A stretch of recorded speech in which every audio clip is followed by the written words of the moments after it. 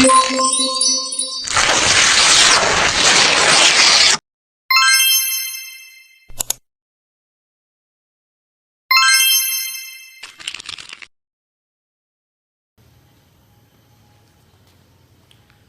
pagi teman-teman, kami dari kelompok 5 akan menjelaskan tentang permasalahan ekonomi yang ada di Indonesia. Tapi sebelumnya kami dari kelompok 5 akan memperkenalkan diri kami. Perkenalkan, nama saya Yosin Meruluan Sembolon. Nama saya Aisyah Meka. Nama saya Ryan Alami Saputra. Nama saya Edward Budi Kurniawan. Nama saya Larses Tumorong. Nama saya Amelia Rosalina. Nama saya Mona Marbun. Baiklah, di sini kami kelompok 5 akan menjelaskan tentang contoh-contoh masalah ekonomi yang ada di Indonesia. Tetapi sebelum kami memasuki contoh-contoh, saya akan menjelaskan tentang apa itu masalah. Masalah ekonomi adalah masalah yang terjadi karena keinginan dan kebutuhan yang sangat tinggi dibandingkan sumber daya yang tersedia. Manusia memiliki banyak keinginan dan kebutuhan yang sangat banyak dan tidak terbatas, sehingga tidak memperlihatkan sumber daya yang tersedia.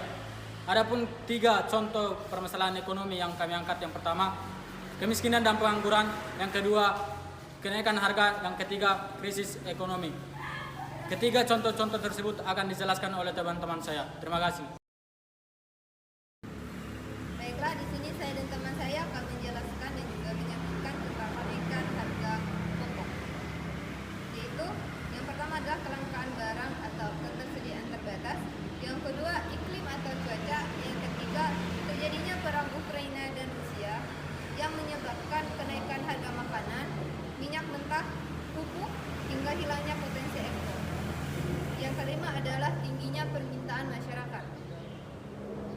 Cara mengatasi kenaikan harga pokok yang meningkat. Yang pertama, pemerintah harus memperbaiki sarana dan prasarana untuk menyebarluaskan bahan pokok ke berbagai daerah. Yang kedua, menjalin kerjasama antar negara untuk memenuhi kebutuhan pokok di negara tersendiri. Yang ketiga, pemerintah harus mencegah penyelundupan bahan pangan yang membengkak sehingga menyebabkan harga pokok tersebut langka. Yang terakhir adalah meminta pemerintah mengadakan pasar murah minimal 2-3 bulan sekali untuk mencegah kenaikan harga pokok yang terjadi pada hari-hari besar. Terima kasih. Kami di sini akan menjelaskan tentang krisis ekonomi di Indonesia. Krisis ekonomi adalah kondisi di mana dialami oleh suatu negara ketika warga negara tidak lagi mempercayakan urusan keuangan negara kepada pemerintah. Kondisi krisis terjadi jika keseluruhan kondisi ekonomi memberikan pengaruh ke sektor lainnya. Krisis moneter yang melanda Indonesia sejak awal Juli 1997, sementara ini telah berlangsung hampir 2 tahun dan telah berubah menjadi krisis ekonomi, yakni lumpuhnya kegiatan ekonomi karena semakin banyak perusahaan yang tutup dan meningkatnya jumlah pekerja yang menganggur. 3 penyebab Indonesia rentan krisis yakni Rendahnya ekspor manufaktur, rendahnya perdagangan internasional, dan masih relatif rendahnya tingkat pertumbuhan dipicu oleh ekspor.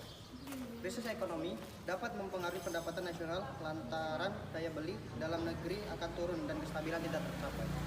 Hal ini akan memberikan dampak lanjutan pada tekanan ekonomi.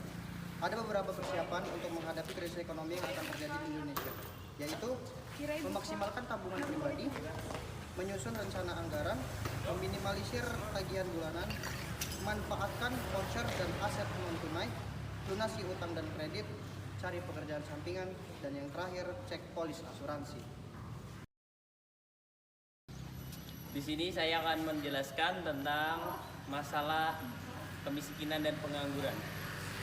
pengangguran merupakan istilah yang diberikan kepada orang yang tidak bekerja sama sekali atau orang yang sedang mencari pekerjaan. Badan Pusat Statistik melaporkan angka pengangguran di Indonesia 8,42 juta orang pada periode Agustus 2022, naik dari sebelumnya 8,40 juta orang pada Februari 2022. BPS mencatat penduduk usia kerja kini berjumlah 209,4 juta orang, naik 2,71 juta orang. Dari jumlah tersebut, yang terserap menjadi angkatan kerja adalah 143,70 juta orang atau naik 3,57 juta orang. dan bukan angkatan kerja sebanyak 65,70 juta orang atau turun 0,86 juta orang. Satu sisi, pertumbuhan ekonomi mampu menyerap tenaga kerja 4,25 juta orang. Pada saat yang sama, penambahan jumlah angkatan kerja tak semua mampu diserap di tenaga kerja dan sebagian akan jadi pengangguran. Cara mengatasi pengangguran yang sekarang terjadi di Indonesia adalah yaitu dengan menyelenggarakan bursa pasar kerja, menggalakkan kegiatan ekonomi informal, meningkatkan keterampilan tenaga kerja, meningkatkan mutu pendidikan, dan mendirikan pusat-pusat pelatihan pekerjaan.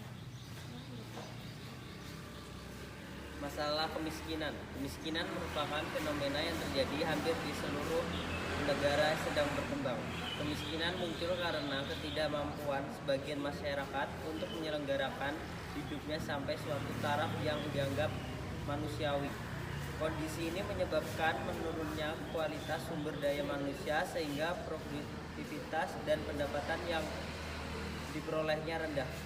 Lingkaran kemiskinan terus terjadi karena dengan penghasilan yang rendah tidak mampu mengakses sarana pendidikan, kesehatan, dan nutrisi secara baik sehingga menyebabkan kualitas sumber daya manusia dari aspek intelektual dan fisik rendah.